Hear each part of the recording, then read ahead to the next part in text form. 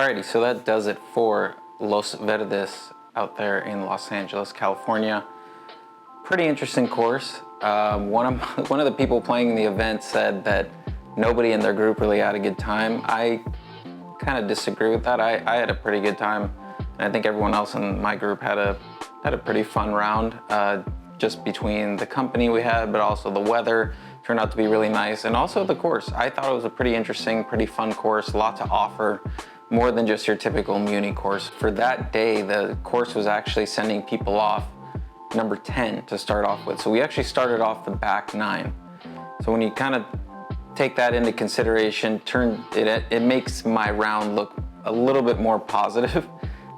You know, obviously starting off 6 over on my first 9, which was the back 9, and then turning it around and getting a little more steady until, of course, the end with that stupid little missed putt. Yeah, that was a bit unfortunate, a bit of a sour taste in my mouth to end the day. But overall, I enjoyed myself, and I decided to just show the course in order from 1 to 18, just because I always want to give the truest representation of the golf course and what the viewer can expect when they go there. A few interesting features of the course that made it challenging: the ocean effect, being so close to the ocean, the effect that it had on the greens, the land movement. There's a bit of elevation change on some of the holes, definitely very few flat lies in the fairways, a lot of tilting fairways being along the hillside there. Overall, I didn't feel too bad about my round. You know, I was pretty in control of my driver, which is something that I always try and hang my hat on. And I made 4 birdies, which is tough for me. Usually I make 1 or 2 birdies around if I'm lucky. Having 4 birdies was a big confidence boost, and even more of a confidence boost was that it seemed, looking back on the editing,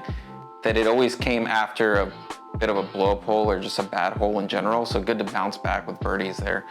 Other than the shocking triple to start my round, and the hooked hybrid on 16 that kind of led me to having to take an unplayable lie, I was pretty happy with how I hit the ball overall.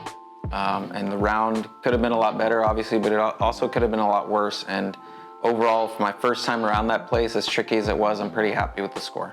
Now, as far as the course rating goes, I gave it 7.8, probably due to the conditions. You know, after all, at the end of the day, it is a Muni, and it's a seaside Muni, which means you're gonna get a lot of weather, and they do get a lot of rounds there. And there were some patchy areas, some scruffy areas for sure. Overall, the greens were in good condition. They were rolling pretty fast, pretty true.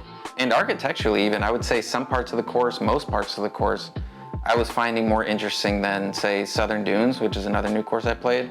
However, the conditioning at Southern Dunes and the consistency of the conditions just kind of put it over that top, those few extra decimal points. So for that, 7.8, that's my rating. I think it's pretty good so far.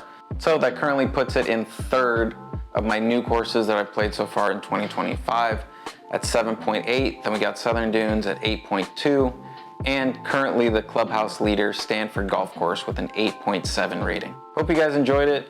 Got a few more new courses coming up and a couple pretty cool trips coming up of some courses that aren't necessarily new to me or new to you guys, but they're courses that I've been wanting to film for a long time.